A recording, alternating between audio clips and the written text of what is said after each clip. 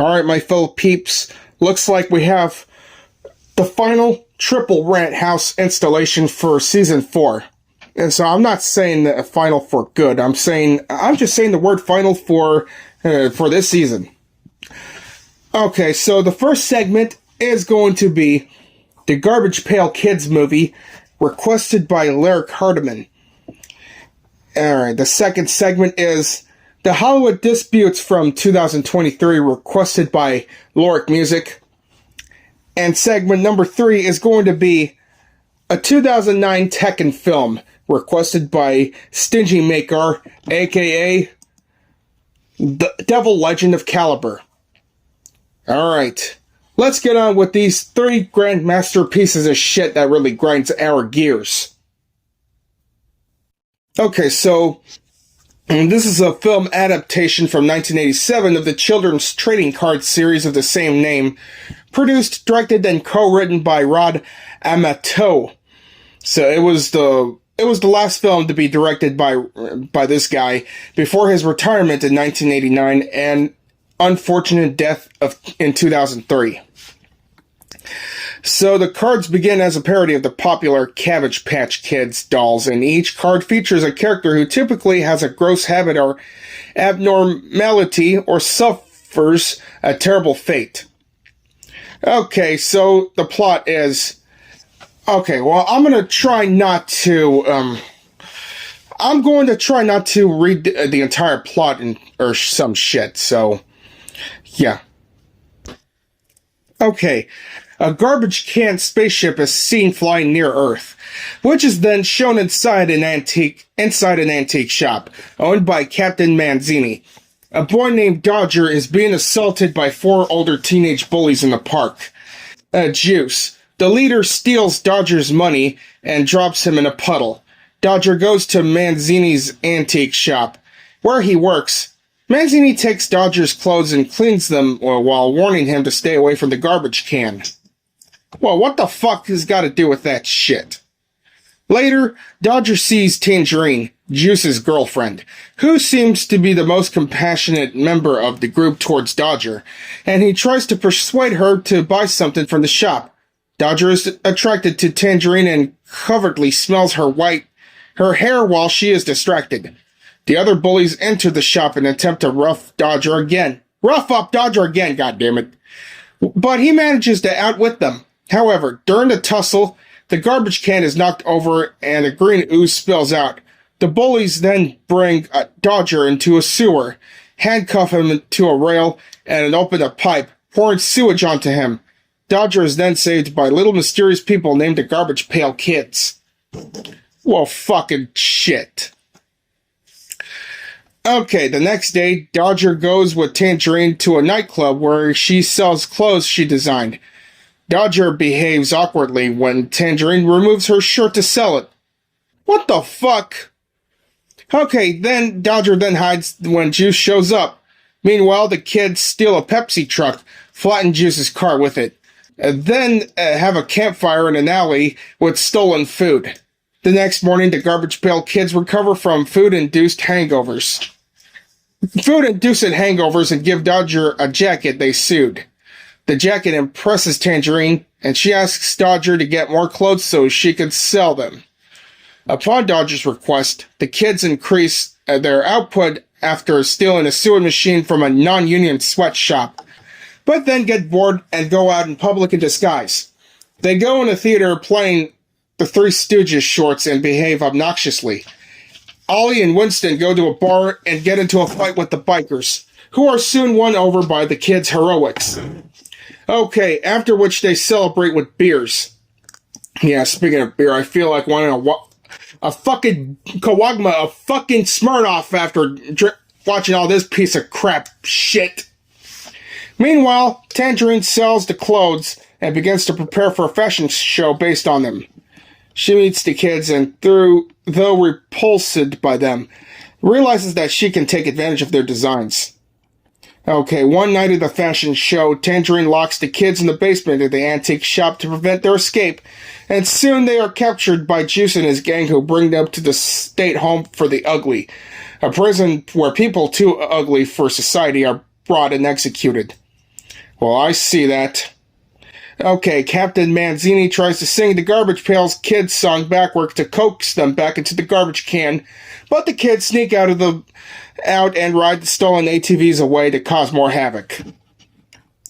Okay, but what I see is this movie is really the worst movie that Rod Amateau could ever think of. I really wish that the director of this movie would come up with something better right before his retirement. Okay, so the next segment is the 2023 Hollywood labor disputes. Okay, from May 2nd to November 9th, 2003, a series of long labor disputes within the film and television industries of the United States took place, mainly focused on the strikes of the Writers Guild of America and SAG-AFTRA. Okay, what the hell am I seeing this? Okay, the first having occurred in 1960, and as such, the American news media named this phenomenon the Hollywood Double Strike, and surpassed the 1960 Dual Strike as well. By November 9th, 2003, both the Writers Guild and SAG-AFTRA had reached tentative deals with the Alliance of Motion Picture and Television Producers, ended their strikes. Oh, shit. Okay, the primary issues are causing labor disputes when studios and artists, both unions, are in intellectual property rights, artistic integrity, and the lack of residuals from streaming services, and new developments within artificial intelligence and synthetic media technology. The COVID-19 caused a significant disruption to the film and television industries, with many productions being shut down for months. Yeah, that doesn't sound very pleasant at all. Okay, this led to several layoffs for writers, animators, actors, actresses, and other positions in the creative department. These layoffs were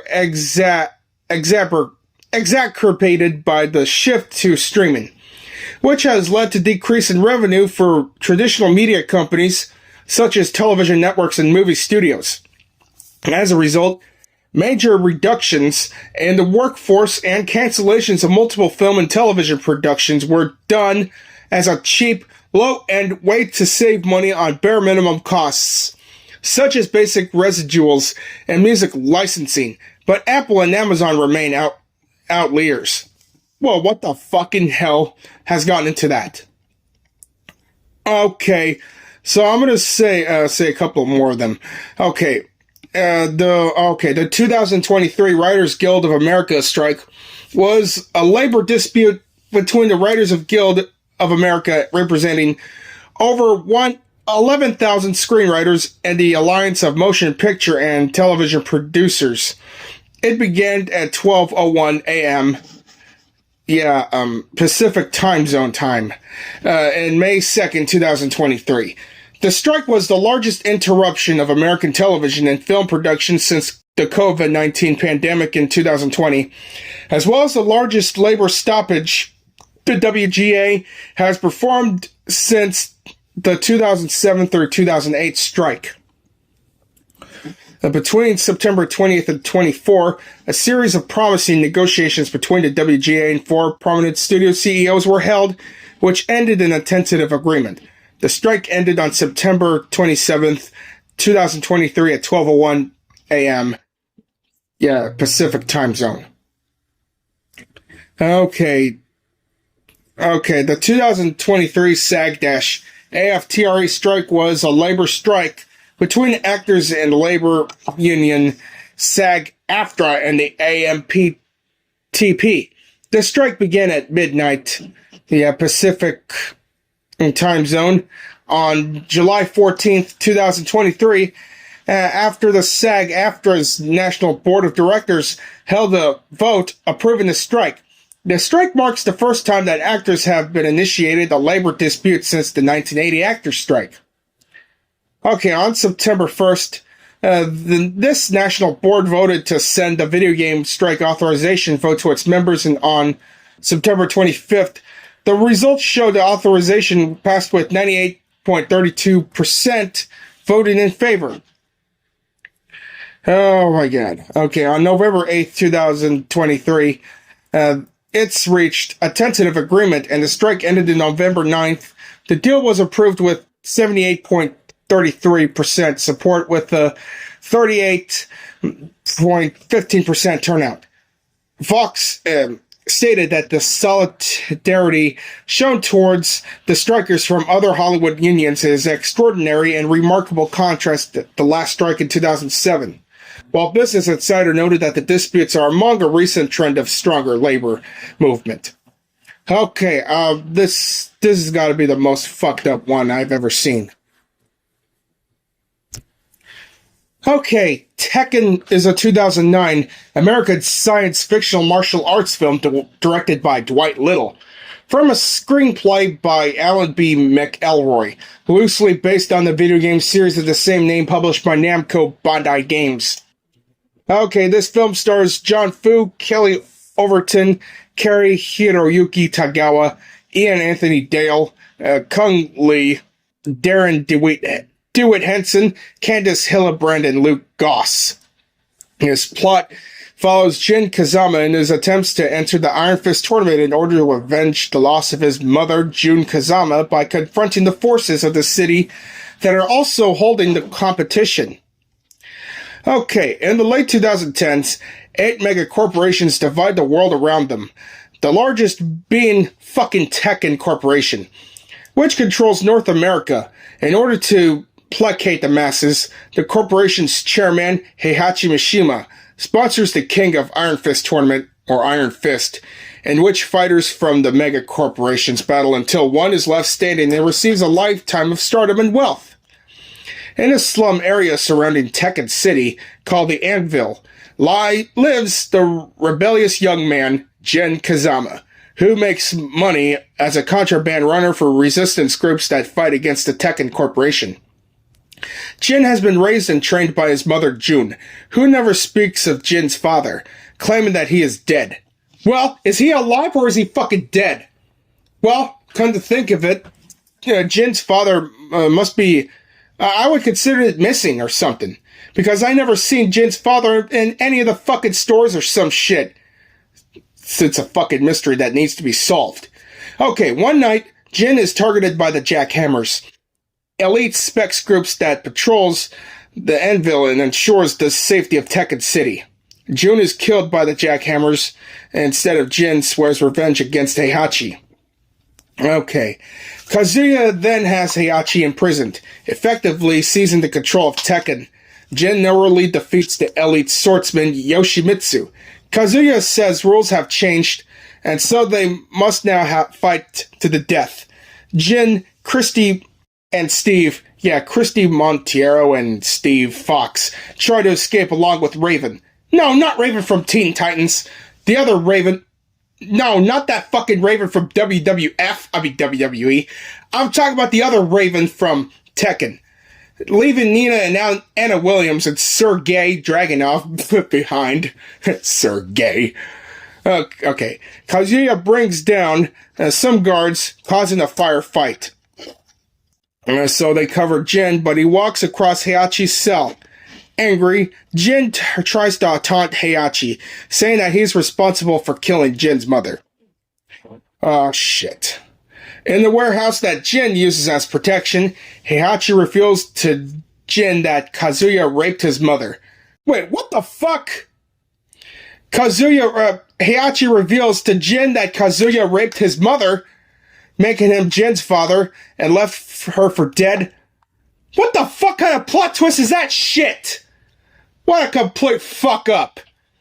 Okay, in the finals, Jin is forced to fight against Brian fucking Fury, the arch nemesis of Yoshimitsu, who had already defeated Sergei Dragunov while Kazuya holds Christy Monteiro in the control room.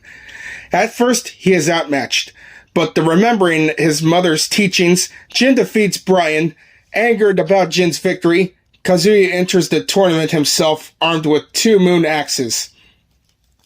The weaponless Jin is saved by Christy and pins Kazuya, who baits Jin by claiming that he remembers now how Jun put up quite a fight.